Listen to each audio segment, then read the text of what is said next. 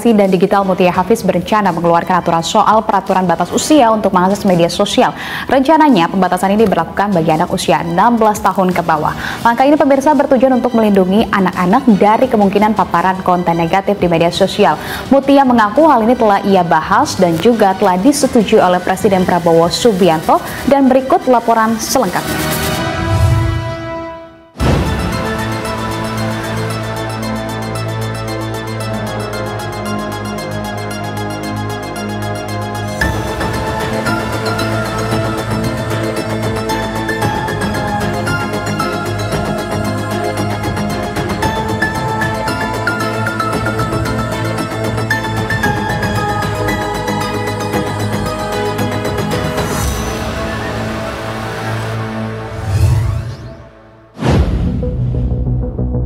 Kementerian Komunikasi dan Digital berencana menerbitkan aturan pembatasan penggunaan media sosial.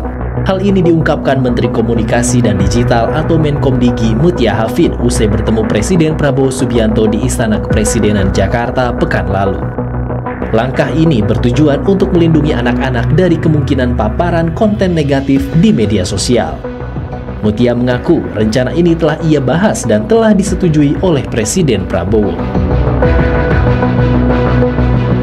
Sangat atentif tadi beliau sampaikan, lanjutkan, dipelajari, dan agar bisa dilaksanakan beliau amat mendukung bagaimana pelindungan anak ini bisa dilakukan ke depan di ranah digital kita. Sebetulnya ini masih nanti ya kita inginnya kita pelajari dulu betul-betul, tapi pada prinsipnya gini, sambil menjembatani aturan yang lebih ajak, pemerintah akan mengeluarkan aturan pemerintah terlebih dahulu.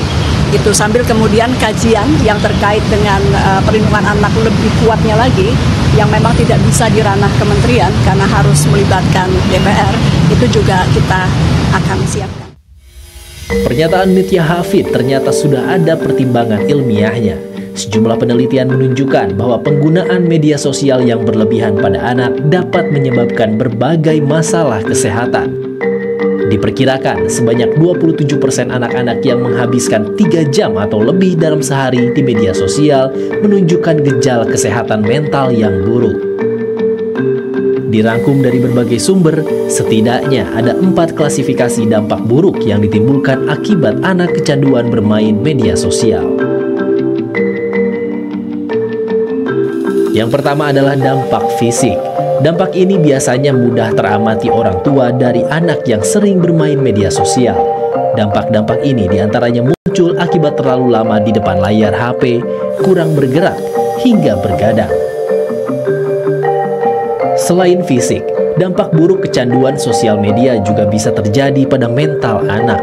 Paparan konten buruk di media sosial bisa mempengaruhi bagaimana anak bersikap, termasuk diantaranya depresi atau cemas, serta menjadi korban perundungan.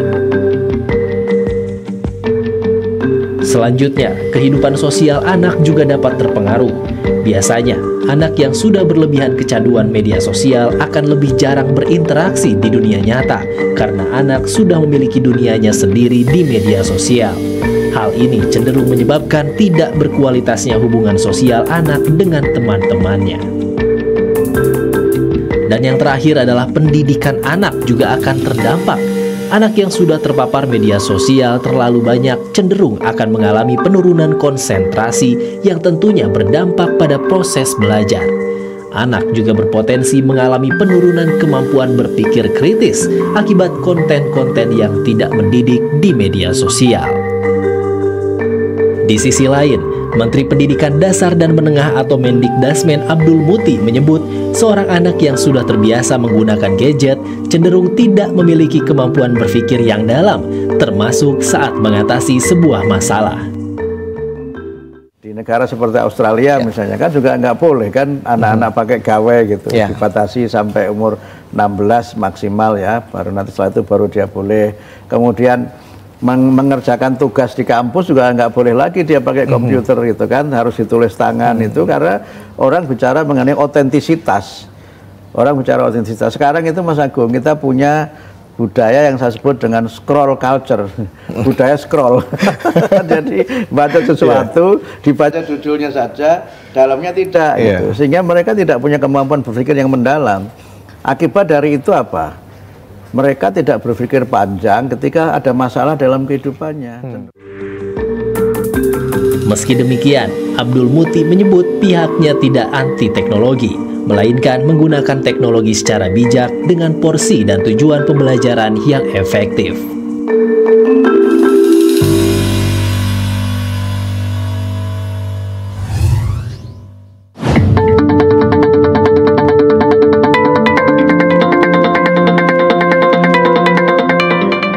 Menanggapi rencana pembatasan ini, Ketua Dewan Pakar Federasi Serikat Guru Indonesia atau FSGI, Retno Listiarti, meminta para orang tua dan guru turut terlibat untuk mencegah terjadinya kekerasan dan kejahatan seksual di media sosial. Membesarkan anak di era digital, jadi orang tua kan agama Islam misalnya juga mengajarkan ya didiklah anakmu sesuai zamannya.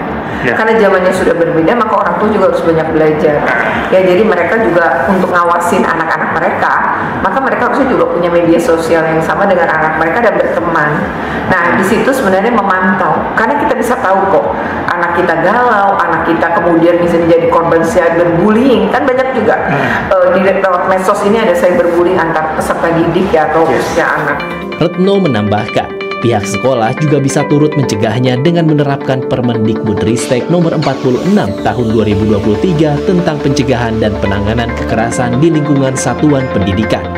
Sehingga jenis kekerasan psikis yang kategorinya atau bentuk perundungan daring ataupun luring bisa dicegah.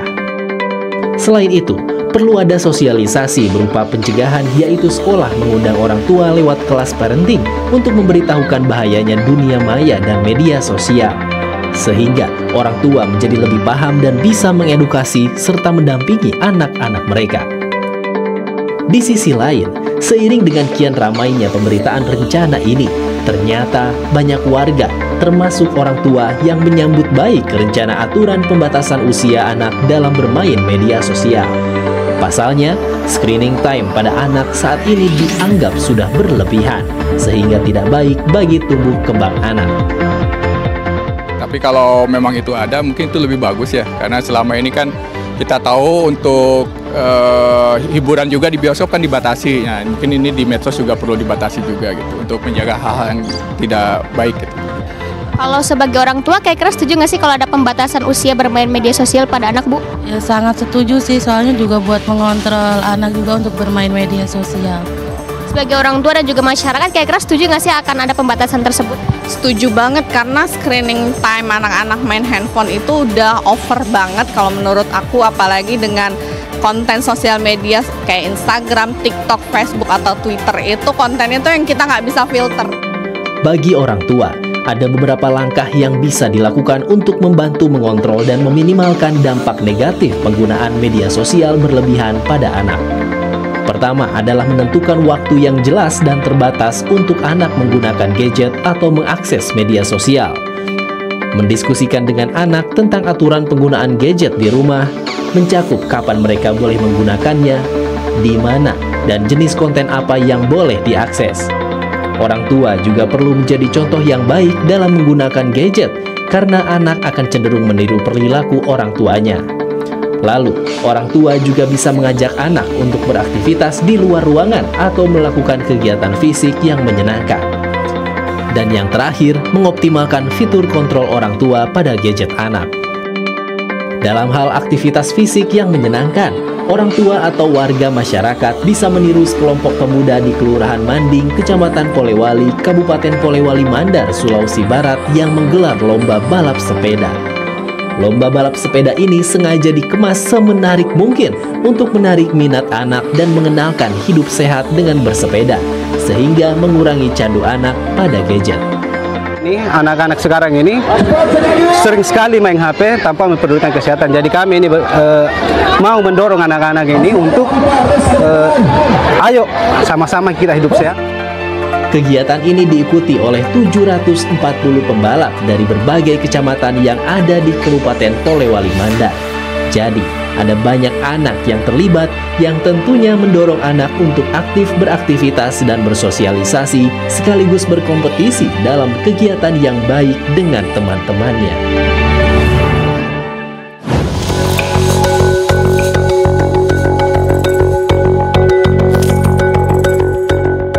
langkah lain dalam mengantisipasi penggunaan berlebih media sosial pada anak diusulkan Menteri Pemberdayaan Perempuan dan Perlindungan Anak, Arifah Fauzi.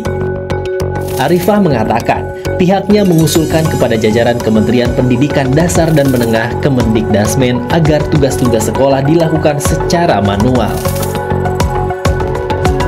Ia juga mengusulkan untuk mengurangi intensitas penggunaan gadget, sehingga gadget siswa digunakan sebagai media pendukung, bukan media utama.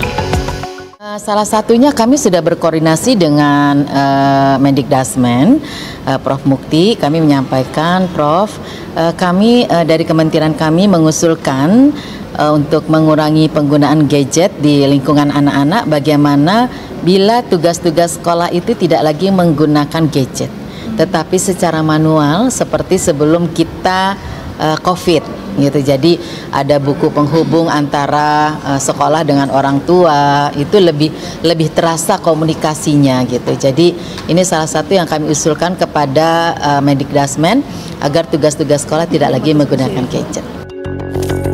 Rencana pembatasan usia pengguna media sosial ini dinilai penting sebagai salah satu upaya pemerintah melindungi anak-anak di ruang digital.